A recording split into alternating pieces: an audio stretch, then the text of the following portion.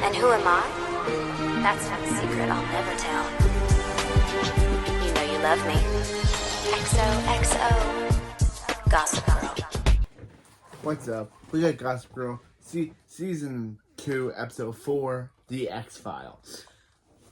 This episode starts off with Serena, Eric, and Lily having breakfast discussing Lily's vacation with Bart. Chuck comes down and comes into the room to reveal to Lily that Dan and Serena once again broke up. He encouraged Serena to take over as the Queen of Constance, but Serena declined, saying that that's Blair's thing. But also, that's Blair's thing. Chuck leaves with Eric. Lily asks how Serena is doing, and she replies she's okay for now, but seeing Dan every day will be hard. Meanwhile, in Brooklyn, Dan and Rufus are discussing the breakup. Rufus encourages him to take things slow, and Dan brings up Claire. Bring up Rufus's date, Claire, who slept over and snuck out. Jenny comes out and explains that she's anxious over going to school due to Blair's organization of girl into group projects and victims. Dan mentions that he's glad he's not a girl. At Constance, Blair's with her minions and combing through every girl there. She reviews files and comments how every year the project's pile shrinks and the victim's pile grows. Upon arriving at school, Serena sees Dan in the courtyard and is visibly shaken by the encounter. When Blair finishes the pile, Chuck brings the last pile over to her and informs her of a new transfer. She tells him that Blair tells him after the stunt he pulled in the last episode, she and Marcus are better than ever. She quickly gets ready to leave and meets Serena without reviewing the file. Nellie, who is one of Blair's groupies now, don't know when that happened, but yeah, she's one of Blair's minions now, and don't know how Blair was able to convince Nellie to be on her side. She wanted to destroy Nellie originally, but now Nellie's in Blair's friend group. So, what happened between Blair and Nellie off screen that made Blair go from wanting to destroy Nellie to recruiting her to be a part of her group? I don't know, but I'm just a guy who reads this stuff. But still, I don't know what happened between Blair and Nellie to make Blair want to choose Nellie, because originally in Nellie's first appearance, Blair only cared about destroying her, but now she's allowed her and her minions. So, yeah. Nellie puts it in the project pile. At the same time, Nate ambushes Vanessa in Brooklyn and asks what really happened to her and Catherine. She refuses to talk and says, well, she and Nate were never really friends, and leaves him hanging. Back at Constance, Dan is hanging out with Jenny, and hopes of seeing Serena. In the hallway, Penelope is past Jenny without saying a word. Jenny mentions to Dan that it's better to be ignored than tortured, and he agrees. He leaves to head over to St. Jude's, and he runs right into a girl named Amanda Lasher, who is named after one of the show's producers. So, yeah. The show's producers literally had an actress come in and literally named her after one of their writing staff. Yeah. So, he realizes she's reading A Mint by Jeremiah Harris, the author he interned over the summer. The two begin talking, and Blair and Serena witness the whole thing, and of course Blair tries to be like, "Oh, Serena, it's nothing. Dan, how can Dan? It's nothing. How can Dan? You really think Dan would just immediately fall in love with someone immediately after breaking up with you? Wow, Dan moves on fast." Afterwards, Blair reviews Amanda's file and mentions that while it's sketchy, she's a lot like Dan. Serena tells her that she's making a big deal of it and insists that that she's fine.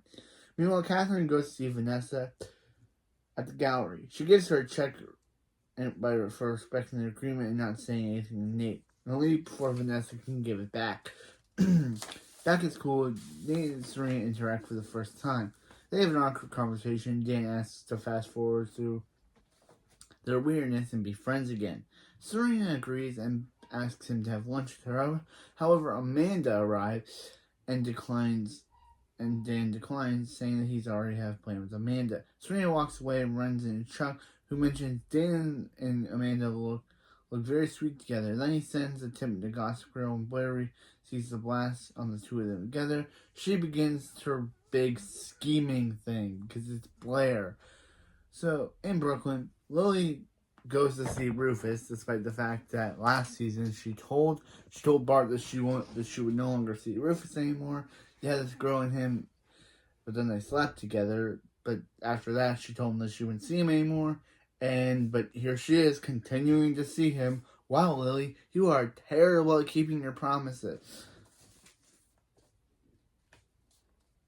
Rufus asks her about her trip with Bart was and what brings her back to the gallery. She said she wanted to say hi and catch up. Rufus apologizes and says he's on the way out to see a showing of Repo Man. Lily invites herself, and Rufus agrees to let her come. At school, Blair and Amanda invite Amanda to lunch. They tell her dating Dan is a bad idea, and Serena tells Blair to stop. Blair convinces Serena it's a good idea, and they head off. At the same time, Vanessa goes to see Catherine to return the check, but is told by the butler that she's unavailable. Vanessa goes to bring it by her anyway, and instead finds Catherine sleeping with her stepson, i.e. Blair's boyfriend. So, creepy, right? Marcus cheating on Blair with his own stepmom. Who knew? Who knew that Marcus would cheat on Blair with his own stepmother? Or maybe Catherine coerced him to do it. Who knows?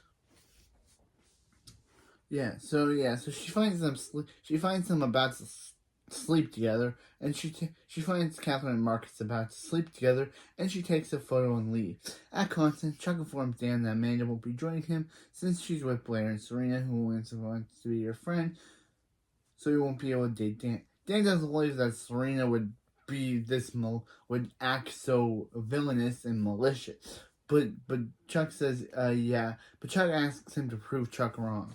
After he leaves, Dan receives a call from Vanessa and says she's having an emergency and needs to meet. At lunch, Serena mentions to Blair how wrong it feels to be using Amanda. Blair informs Amanda that dating friends' exes is off limits, meaning Dan. Amanda hesitantly agrees, and Serena begins to feel bad. Again tells Blair to stop and goes to find Dan to apologize. Meanwhile, Dan's meeting with Vanessa, who shows him the picture.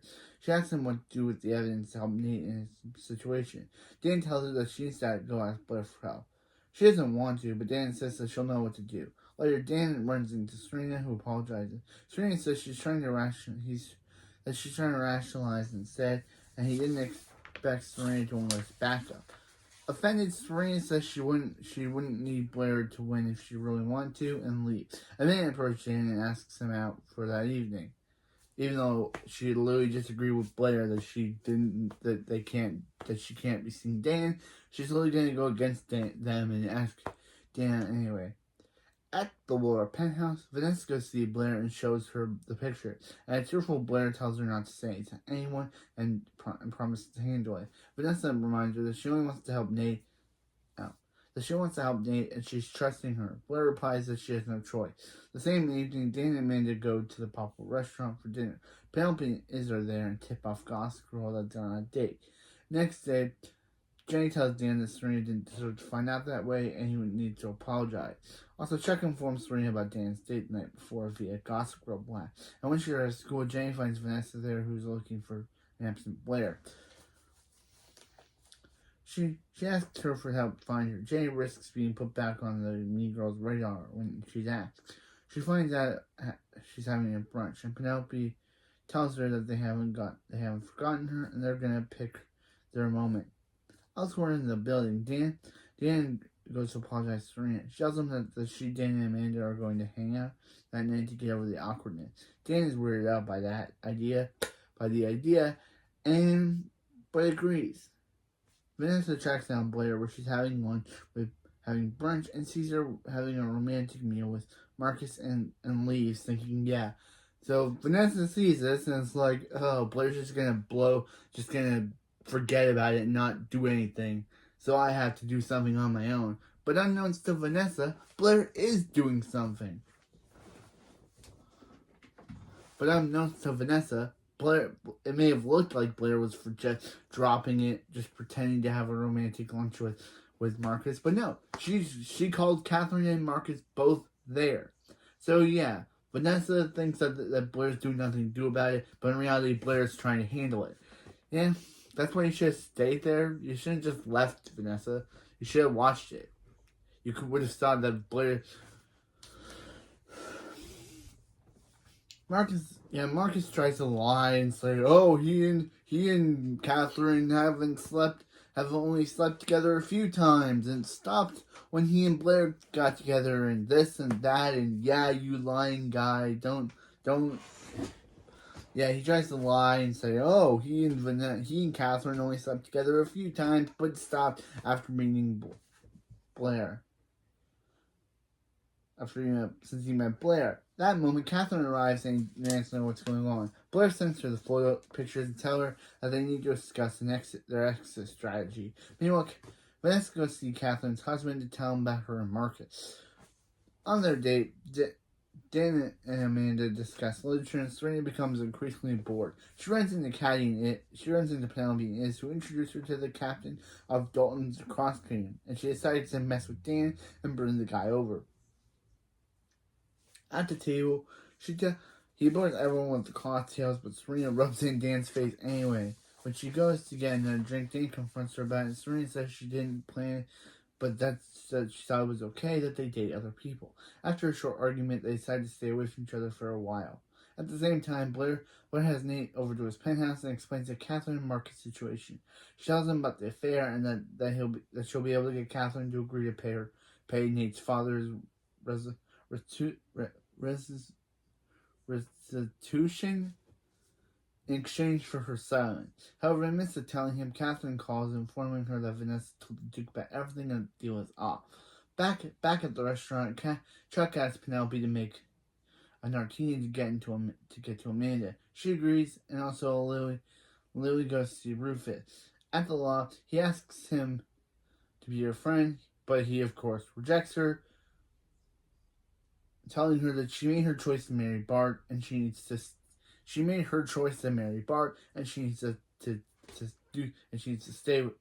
with him, and she needs to do that.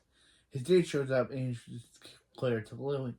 On their way out, she gives Rufus a bottle of Valley something, I don't know how to say that. She gives him a bottle of Italian wine that used to be his favorite. Blair goes to confront Vanessa. Vanessa tells her that the Duke promised the captain will be safe, but Blair informs her that, Vanessa messed up the whole deal, and now Nate can't get his normal life back thanks to her. Vanessa reveals that, now because of Vanessa, instead of what Blair planned to do, they're forcing Catherine and Marcus to go back to London. So it means Nate can never get his normal life back, and Blair leaves, and Vanessa's obviously devastated that she made it so Nate can't get. She thought she was helping Nate, but by doing this, by sending Catherine and Marcus back to London, she can't. She realizes that she just ruined Nate's entire life. Back at the restaurant, Penelope finishes making the concoction and spills it on Amanda's hair, which immediately begins falling out in clumps. Embarrassed, she flees the restaurant. Serena apologizes to Dan, but he isn't interested in hearing it. He leaves, and Serena tells Penelope that they are nothing else, and that they have to run everything by her now, taking back, becoming the new Queen of Constance.